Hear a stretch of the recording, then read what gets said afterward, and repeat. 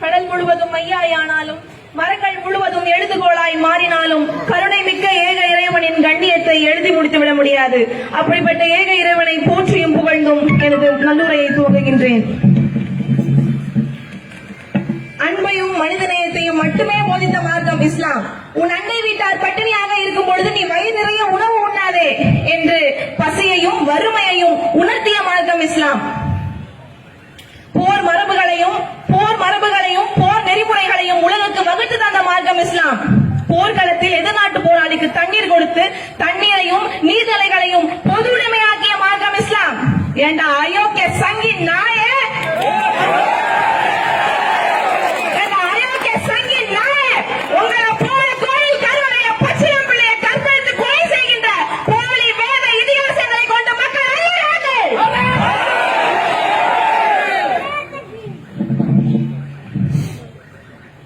எங்களுக்கும் அசிங்கமா பேச தெரியும், எங்களுக்கும் ஆபாசமா பேச தெரியும், உங்களோட நல்லாவே பேசுவோம்.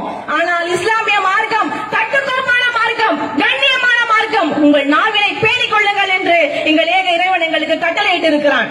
அதற்காகத்தான் இன்றைக்கு அல்லாஹ்வுக்கு அஞ்சி இந்திய அரசியல் சாசன சட்டத்தை மதித்து, நல்லா கேட்டுக்கோ, இந்திய அரசியல் சாசன சட்டத்தை மதித்து மரியாதையான முறையில இந்த போராட்டத்தை இன்னைக்கு நாங்க நடத்திக்கிட்டு இருக்கோம். இல்லன்னா நாங்க போராடுற விதமே வேற. ஒண்ணு சொல்றேன் கேட்டுக்கோ, நாங்கள் இஸ்லாமிய பெண்கள், அதிலும் வீரமுற்ற பெண்கள். ஆணுக்கு பெண் சளைத்தவள் அல்ல என்பதை நிரூபித்த பெண்கள், இன்னைக்கு நேற்று இல்ல, 1400 ஆண்டுகளுக்கு முன்பாகவே ஆணுக்கு பெண் சளைத்தவள் அல்ல என்பதை போர் புரிந்து நிரூபித்த பெண்கள். நாங்கள் பிறக்கும் போதே நிச்சயம் ஒரு நாள் இன்ஷா அல்லாஹ் மரணம் எங்களை தழுவிய தீரும் என்பதை உணர்ந்து பிறந்தவர்கள், உணர்ந்து உதித்தவர்கள்.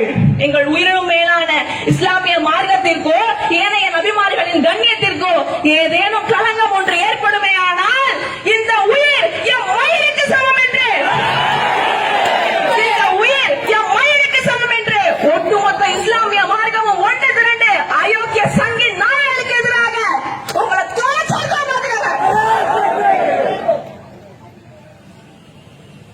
நாங்க அமைதியா இருக்கிறதுனாலயோ, நாங்க பொறுமையா இருக்கிறதுனாலயோ உங்களை பார்த்து பயந்துட்டோம்னோ இல்ல ஒண்ணு செய்ய முடியாம இருக்கிறோம் நினைச்சுக்காத. இஸ்லாம் எங்களுக்கு பொறுமையை கற்று தந்திருக்கிறது. பொறுமையை கொண்டு எதையும் தேடக்கூடிய ஆட்கள் நாங்கள். அதனாலதான் பொறுமையா சங்கிகளின் சதித்திட்டங்களை சங்கரிப்பதற்காக காத்திருக்கிறோம். 97 நாங்க பழனி பாபாவை கொண்டுட்டோம், அதுவும் தனியா ஒரு ஆளை வச்சு கொண்டுட்டோம்னு ஒரு பெருமை பேசிக்கிட்டு இருக்கு. நான் கேக்குறேன், 97ஓட பழனி பாபாவுடைய சகாப்தம் முடிஞ்சுச்சாடா? ஒரு பழனி பாபாவை கொண்டுட்டு எனக்கு கோடிக்கணக்கான பழனி பாபா. பழனி பாபா ஒரு இஸ்லாமிய தலைவர் இல்ல, அவர் ஒரு தமிழினத்தின் தலைவர். இஸ்லாமியர்களுக்கும் சிறுபான்மையினருக்கும் தாழ்த்தப்பட்டவர்களுக்கும் எல்லா மக்களுக்குமாக போராடிய தமிழ் இனத்தின் தலைவர். அவரு தமிழ் இனத்தின் போராளி. உனக்கு அவர் யாருன்னே தெரியல. போட சின்ன சங்கி நான் பெரிய சங்கியை வர சொல்றா, பேசுவோம், தெரிஞ்சவங்க வர சொல்லு. நன்மையை ஏதி தீமையை தடுக்கிறது ஒவ்வொரு மூமினான ஆண் மற்றும் பெண்களுக்கு மீது அல்லாஹ் கடமையாக்கி இருக்கான். அதனாலதான் சொல்றோம், என்னைக்கு வரம்பு மீறி இந்த சங்கின் நாய்கள் வரம்பு மீறிய வார்த்தையை வெளியிடுறாங்களோ உங்கள் நாவினை துண்டித்து எரிவதற்கு எங்களுக்கு கடமையாக்கப்பட்டிருக்கிறார். நடந்த இந்த ஒரு சம்பவம் இந்த சங்க பரிவார கூட்டத்துக்கு கடைசி சம்பவமா இருக்கட்டும். இன்னொரு முறை இந்த மாதிரி நடந்துச்சு, எங்க நகர்வு வேறு விதமாகத்தான் இருக்கும். அப்ப பார்ப்பேன். மக்கள் நலன் காக்கிறோம், சிறுபான்மையினர் நலன் காக்கிறோம், வெற்றி நடை போடும் தமிழகம் அப்படியெல்லாம் சொல்லிட்டு இருக்கக்கூடிய பாஜகவின் கைகூலி ஆகிய தமிழக அரசுக்கு நான் ஒரு கேள்வி கேட்கறதுக்கு கடமைப்பட்டிருக்கேன். 506/1, 506/2 போன்ற சாதாரண குற்றப்பிரிவுக்கு கீழே கைது செய்யப்படக்கூடிய இளைஞர்கள் இஸ்லாமியர்களா இருந்தாங்க. அவங்க சிறையில் அடைச்சதுக்கு பிறகு அவர்கள் மீது குண்டர் சட்டம் போடப்படுது. நான் கேக்குறேன், இந்த தீவிரவாத கும்பல் மேல, சங்க பரிவார தீவிரவாத அயோக்கியவாத பயங்கரவாத கும்பல் மேல உங்க குண்டர் சட்டம் ஏன் பாயல?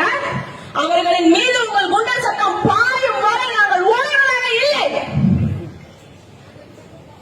PFI, SDPI, நாம் தமிழர் கட்சி, கம்யூனிஸ்ட் கட்சி போன்றவங்க எல்லாம் வந்து தடை செய்யணும்னு இந்த டெல்லி எருமை பேசிருக்கு. ஆனா உண்மையே தடை செய்ய வேண்டியது பிஜேபி, விஹெச்பி, சந்து முன்னணி, இந்து முன்னணி இவங்களை போன்ற தீவிரவாத கும்பல் தானே ஒழிய எஸ்டிபிஐயோ பிஎஃப்ஐயோ எந்த இஸ்லாமிய கும்பல்களையோ இல்ல எந்த நாம் தமிழர் கட்சியோ கிடையாது. முதல்ல இவனுங்க அரசு பண்ணிட்டு பேசுங்க. இஸ்லாமிய சமுதாயம் ஒரு ஊராட்சியில தொடங்கி ஒரு நகராட்சியில முடிந்த சமுதாயம் கிடையாது. உலகெங்கும் பரவி வாழக்கூடிய பெரும்புகழ் பெற்ற மக்கள் நாங்க. இஸ்லாமிய சமுதாயத்துக்கு ஏதாவது ஒரு பிரச்சனை ஏற்பட்டுச்சுன்னா உலகமே ஒன்று திரண்டு உங்களை உண்மையில அதற்கு ஒரு மாபெரும் உதாரணமே இந்த மேல்சாரம் மண். பெரிய பெரிய சங்கிகளுக்கெல்லாம் சிறந்த பயங்கரமான கனவு என்னன்னா விசாரத்தை தொட்டே ஆகணும்டா, விசார மண்ணை மிதிச்சிடணும், எப்படியாவது விசாரத்துக்குள்ள போயிடணும் அப்படின்னு. ஆனா வர முடியாது. வர முடியுமா? முடியாது. ஏன் முடியாது? பேசுறவங்க யூடியூப்லயும் டிவிலையும்